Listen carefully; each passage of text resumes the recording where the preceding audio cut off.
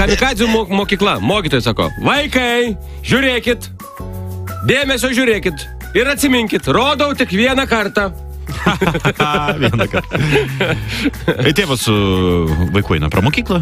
O sūnau, tu šitoj mokyklai mokės, teisingai? Nu taip, tėti, šitoj. Teisingai. Čia eisim. Žinok, prieš 20 metų ir aš joje mokiausi. Tėti, dabar viskas aišku. Kodėl mokytojas sakė, kad tokio durniaus jau 20 metų nematė. Anekdotas iš Airijos. Žodžiu, skambina žmonai, Lindai, iš darbo, iš alaus daryklos ir sako, labadiena, Linda, su giliu liūdėsiu norime pasakyti, kad jūsų vyro Džono jau nėra gyvųjų tarpe. O viešpatie, kas tai atsitiko? Nelaimingas atsitikimas, papasakokite, kaip tai buvo. Buvo iš tikrųjų baisu, Linda. Džonas įkrito tiesiai į Gineso alaus bačką.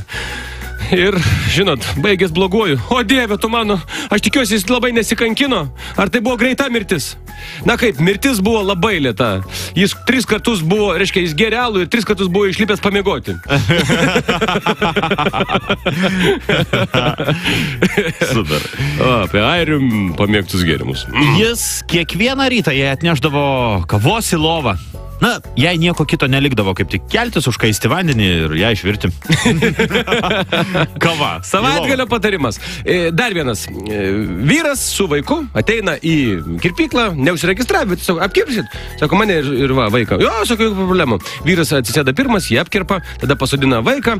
Vyras ir sako vaikui, sako, vaikeli, tu pabūk, sako, truputėlį šiandien cigarečių už kampo nusipirksiu, sako, kol tave apkirps. Nu, žodžiu, jis nueina, kirpėjas kerpa, nukirpo, laukia, tėvo nėra. Kirpėjas ir sako, tai palauk, aš nesupratau, tai kur tavo tėtis jau pusvalandis kaip negrįžta? Sako, jis man netėtis, čia kažkoks nepažįstamas vyras, kuris gatvėje priejo ir sako, klausyk, o žinau planą, kaip mums abiem nemokamai apsikirpt. Super, gudru labai. Ginčas su moterimi, tai kaip raganosio medžioklė ietimis. Jeigu pirmu argumentu nepatėsiai, bėk. O taip. Ateina žmogelis į draudimą, sako, norėčiau savo gyvybę apdrausti nuo eismo įvykių vairiausių. Aha, sako, jūs turite automobilį? Ne. O motociklą? Ne. Tai, žinokit, atleiskit, mes pėsčiųjų nedraudžiame. Labai rizikinga.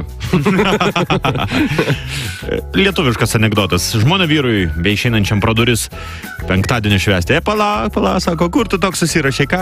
Greit marškinius išsilygink. Tai žmonės galvos, kad visai tavim nesirūpinu. Būrik tiktais. Geras pastebėjimas. Apie Čeką dar vieną. Jo, gerai.